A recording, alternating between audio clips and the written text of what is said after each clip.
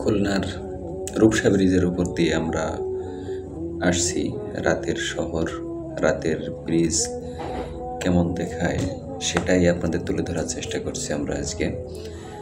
তো রাত্রে এই দূর থেকে ওই দেখুন লাল বাতি, বৃহৎ শহর, সহস্র তারার মতো মনে হচ্ছে মহাকাশের অজস্র তারকারা আজই অবস্থান করছে। এরকম একটা বিরল দৃশ্য কিন্তু খুলনা শহরে রূপসা ব্রিজের উপর থেকে এরকম দেখায়। আমরা রূপসা ব্রিজের উপর থেকে আমরা হাইয়েস্টে ক্রস করছি, তখন এই দৃশ্যটা ধরা পড়লো আমার ক্যামেরায়।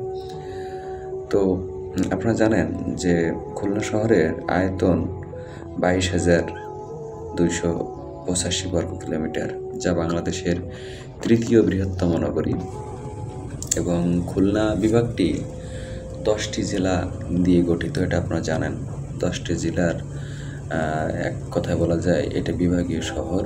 বাগেরহাট জেলা, চুয়াডাঙ্গা জেলা, যশোর জেলা, খুলনা নিজেই তো একটা জেলা, মেহেরপুর জেলা, কুষ্টিয়া জেলা, নড়াইল জেলা, সাতক্ষীরা জেলা, শেরপুর জেলা এবং ঝিনাইদহ।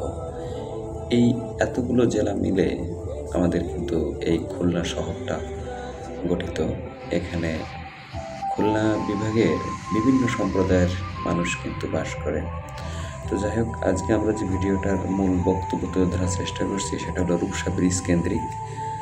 তো আপনারা জানেন যে খুলনায় কিন্তু অনেক দর্শনীয় স্থান আছে, তার ভিতরে ম্যানগ্রোভ সুন্দরবন আছে, যেটি ইউনেস্কো ওয়ার্ল্ড হেরিটেজ বিশ্ব ঐতিহ্যের অন্তর্ভুক্ত করেছে। আমরা কিন্তু এই মুহূর্তে রূপসা ব্রিজ ক্রস করলাম, মানে বাগেরহাটের পাড়ে যেটা পড়েছে খুলনা শহরের বিপরীত পাড়ে, ওই দেখা যাচ্ছে রূপসা ব্রিজ ক্রস করলাম। এটি কিন্তু বাগেরহাট বলেন টোটাল খুলনার সাথে বাংলাদেশের একটা সংযোগ স্থল এবং যুগান্তকারী একটি সেতু বলা যায়, রূপসা সেতু। তো এই সেতু রাতের বেলায় যে পরিবেশটা দেখা যায় সেটাই কিন্তু আমরা তুলে ধরার চেষ্টা করেছি।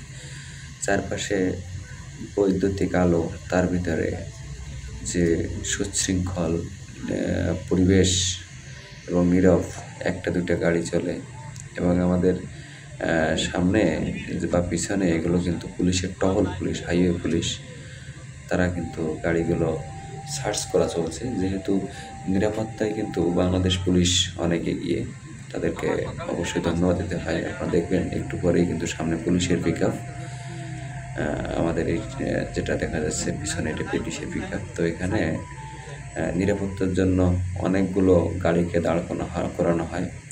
আর আপনারা হয়তো জানেন যে খুলনা শহরের উপর দিয়ে যতগুলো গাড়ি ক্রস করে এখানে যে কোনো গাড়িকে তল্লাশি করা হয় নিরাপত্তার স্বার্থে, জনগণের স্বার্থে আর কি। বাংলাদেশ পুলিশ করে থাকে, হাইওয়ে পুলিশ। এটা ভালো দিক। কারণ আমি আমার একটা নিজস্ব বক্তব্যে আমি বলেছিলাম একবার যে যে দেশে পুলিশ বন্ধুসুলভ হবে, সন্ত্রাসী সেখানে মাথা ঝাড়া দিয়ে উঠবে। পুলিশকে একটু উগ্র হতে হয় সময়ের প্রয়োজনে বা সন্ত্রাসীর উগ্রতার প্রয়োজনে, এটা ভালো দিক। তো প্রশাসন, নিরাপত্তা ব্যবস্থা অনেক সুন্দর লেগেছে রাতের ভিউতে। আমরা কিন্তু অলরেডি ক্রস করে অনেক দূর চলে এসেছি। দেখেন আস্তে আস্তে কিন্তু ব্রিজ ছেড়ে আমরা চলে আসছি। ওই যে দেখেন দ্রুত একটা গাড়ি কিন্তু ওখানে টোল দিচ্ছে, রূপসা ব্রিজের টোল, ওটা টোল প্লাজা, এটা টোল প্লাজা। তো রূপসা ব্রিজে তো একটাই টোল প্লাজা।